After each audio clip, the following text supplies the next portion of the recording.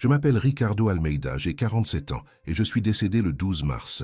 C'est arrivé chez moi, là, sur le sol du salon. C'était un mardi typique, tout à fait normal. L'odeur du café flottait encore dans la cuisine. La télévision diffusait les informations du matin et ma femme, Larissa, se dépêchait de préparer notre fils Gabriel pour l'école. Je m'apprêtais à lasser mes chaussures, prête à partir pour la quincaillerie dont je suis le gérant, quand un imprévu s'est produit. Soudain, j'ai eu l'impression qu'un point rouge me frappait en pleine poitrine. La douleur était indescriptible. J'ai essayé de reprendre mon souffle, mais rien n'y faisait. J'ai tenté d'appeler Larissa, mais ma voix ne sortait pas. La pièce s'est mise à tourner et l'obscurité a envahi ma vision. Et avant que tout ne s'efface, une dernière pensée, presque enfantine, m'a traversé l'esprit. Je n'avais toujours pas réparé la chaîne du vélo de Gabriel. Peu après, plus rien ne se passa. Soudain, j'ai senti comme si quelque chose de doux m'attirait loin de la scène. Peu à peu, j'ai cessé de regarder ma femme, mon fils, et même mon propre corps étendu sur le sol. La pièce a disparu devant moi, les murs devenant fragiles comme de la fumée,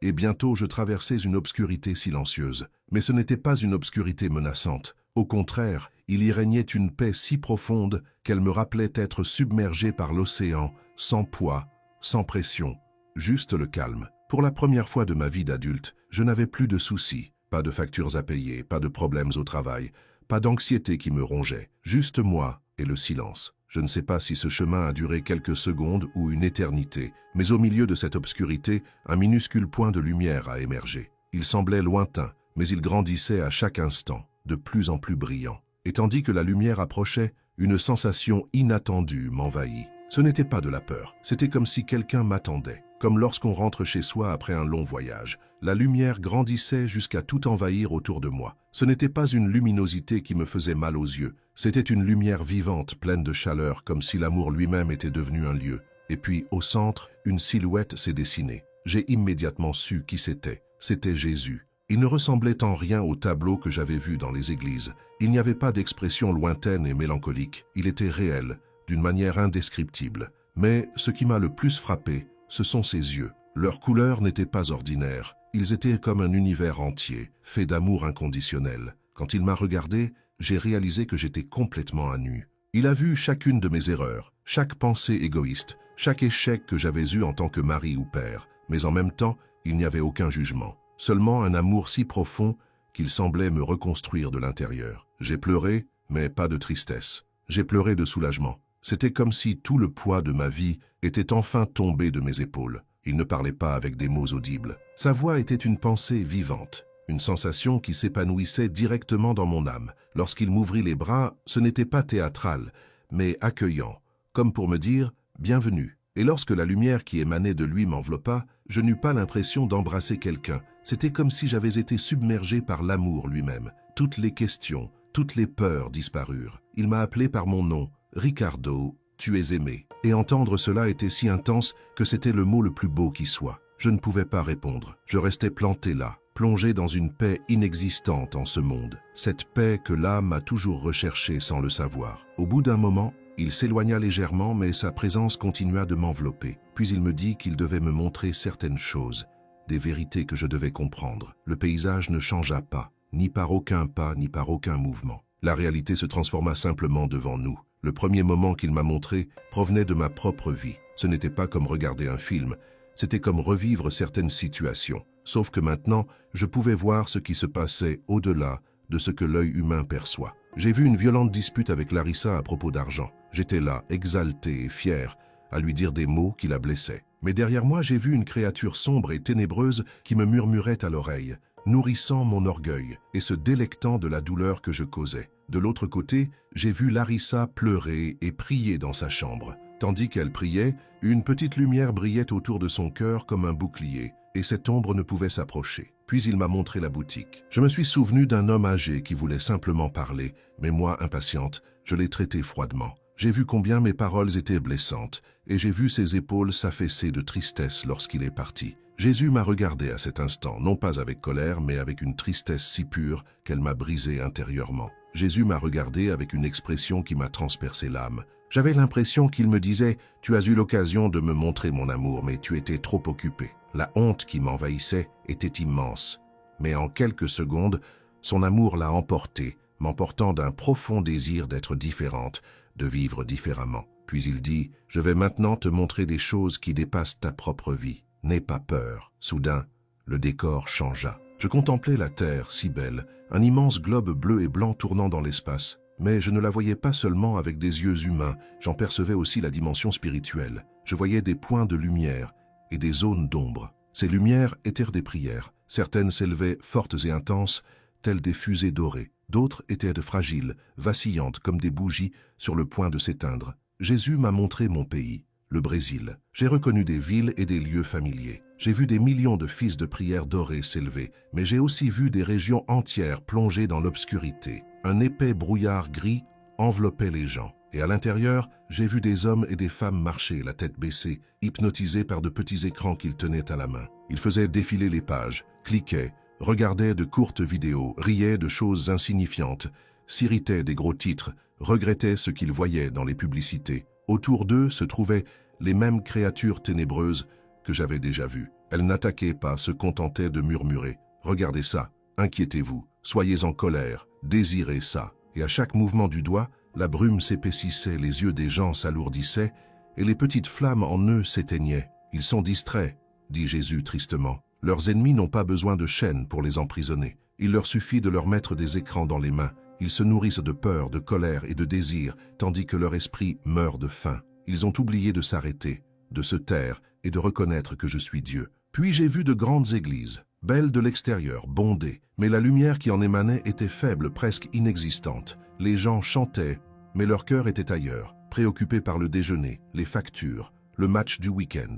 Les prières s'élevaient, comme des fils fins et dispersés. Mais en revanche, Jésus m'a montré des rassemblements simples dans de petites maisons. Des groupes se rassemblaient dans des salons, priant intensément. De là, des colonnes de lumière blanche émanaient, si fortes qu'elles illuminèrent les environs. J'ai vu une femme dans un lit d'hôpital, intercédant pour ses enfants, et sa prière était comme un phare perçant l'obscurité. J'ai vu un chauffeur de camion conduisant seul, s'adressant à Dieu à voix haute, et ses paroles se sont transformées en boucliers d'or, chassant les ombres. Jésus a dit, « Ce n'est pas la taille du temple qui compte, mais l'abandon du cœur. » Beaucoup me demandent d'agir, mais refusent de m'accorder l'attention que je mérite. Ils désirent mes bénédictions, mais offrent leur temps aux distractions de l'ennemi. Puis le globe a tourné devant moi, et j'ai vu l'Asie. Lorsque mon regard a atteint la Chine, j'ai ressenti un poids immense. Une épaisse couche d'énergie rouge et noire recouvrait une grande partie du pays. Je ressentais l'oppression, la peur, le contrôle étouffant. Mais alors, quelque chose d'incroyable s'est produit. Sous ce voile sombre,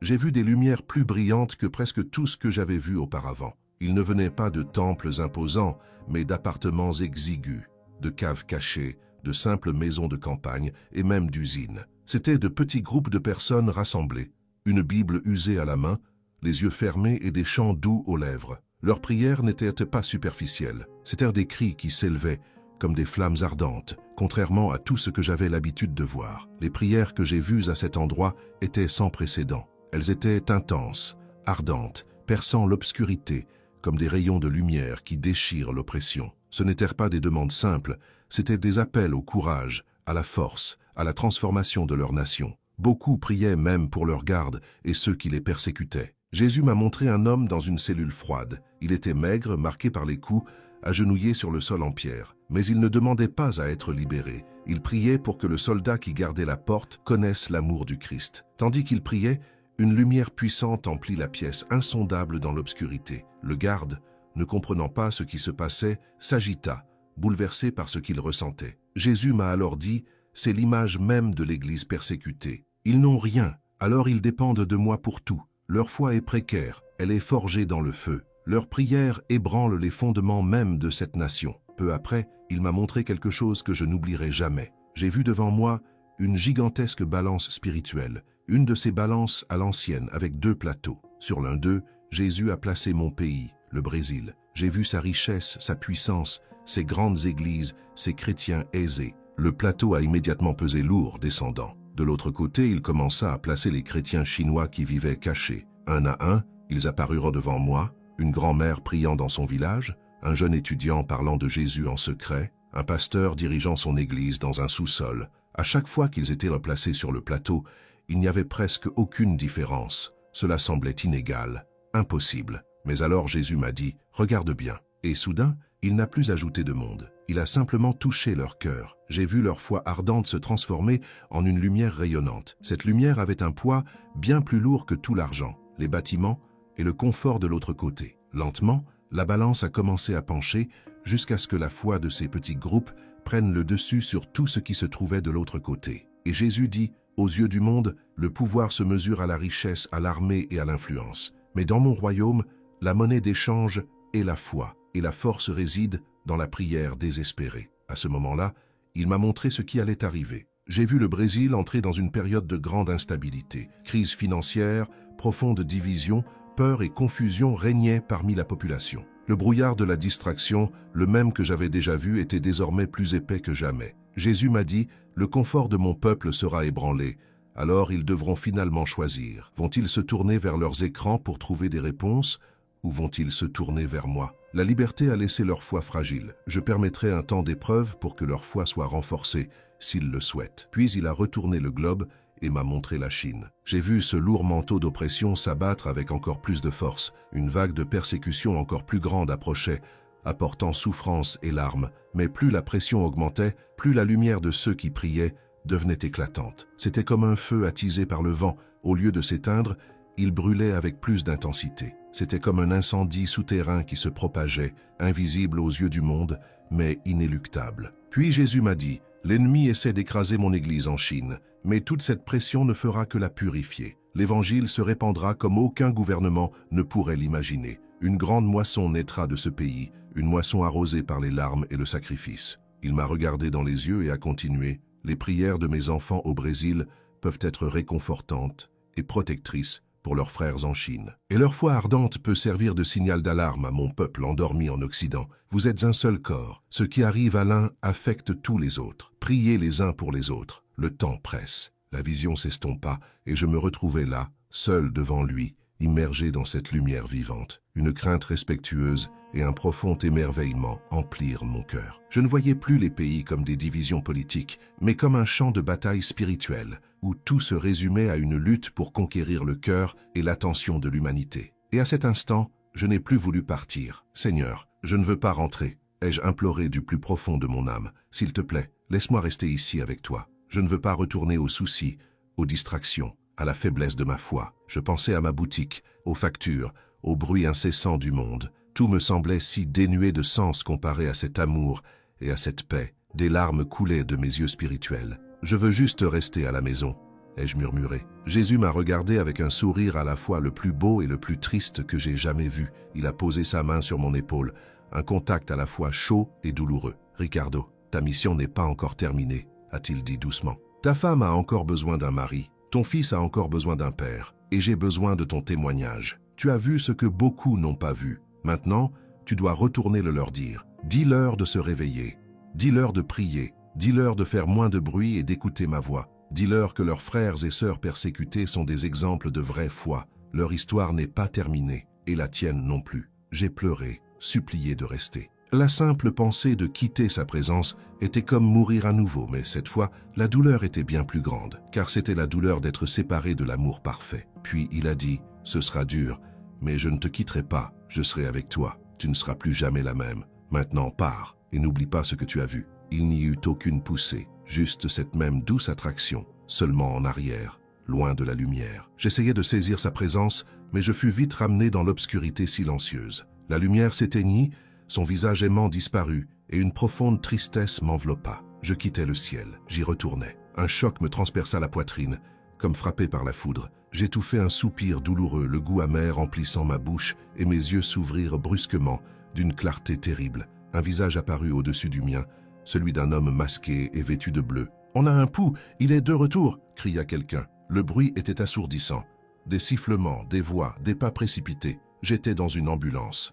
Dans un coin, j'aperçus Larissa, le visage baigné de larmes. Lorsqu'elle réalisa que j'étais réveillé, elle laissa échapper un son mêlant cris et sanglots. « Ricardo! Mon Dieu, Ricardo !» J'ai essayé de parler, mais ma gorge me brûlait et tout mon corps était parcouru de douleur. L'ambulancier a lancé une série de questions. « Monsieur, pouvez-vous me dire votre nom? Savez-vous où vous êtes ?» Je savais qui j'étais, mais je savais aussi d'où je revenais. Et la différence entre cet endroit et ce monde était si flagrante que je me suis mis à pleurer convulsivement. J'avais quitté le ciel, je l'avais quitté. À l'hôpital, tout était frénétique. Les examens, les médecins, les voix. Plus tard, mon cardiologue est entré dans la chambre, l'air perplexe. « Ricardo, je ne sais pas quoi dire. Vous avez fait une crise cardiaque massive, ce qu'on appelle une crise cardiaque soudaine. Vous êtes resté sans pouls ni respiration pendant 22 minutes. Techniquement, vous étiez mort. Il n'y avait aucune chance que vous reveniez sans séquelles graves, mais vous êtes revenu. C'est un miracle. » Je ne pouvais m'empêcher de penser « Il ne sait pas,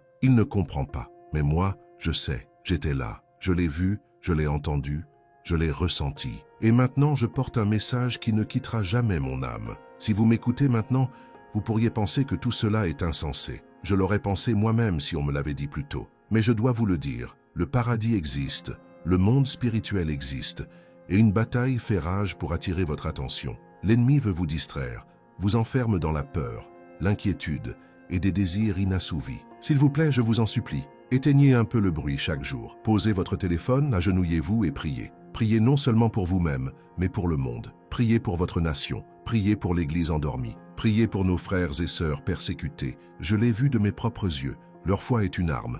Leur prière ébranle des royaumes entiers. Nous sommes une famille, et nous avons besoin d'être ensemble. Je ne sais pas exactement ce qui va arriver, mais Jésus m'a montré qu'il y aura un bouleversement, un réveil, et seuls ceux dont la foi ne repose pas sur le confort, mais sur une véritable relation avec lui, resteront debout. Il attend. Il vous aime plus que vous ne pouvez l'imaginer. Je le sais car je l'ai ressenti, et cela a tout changé en moi.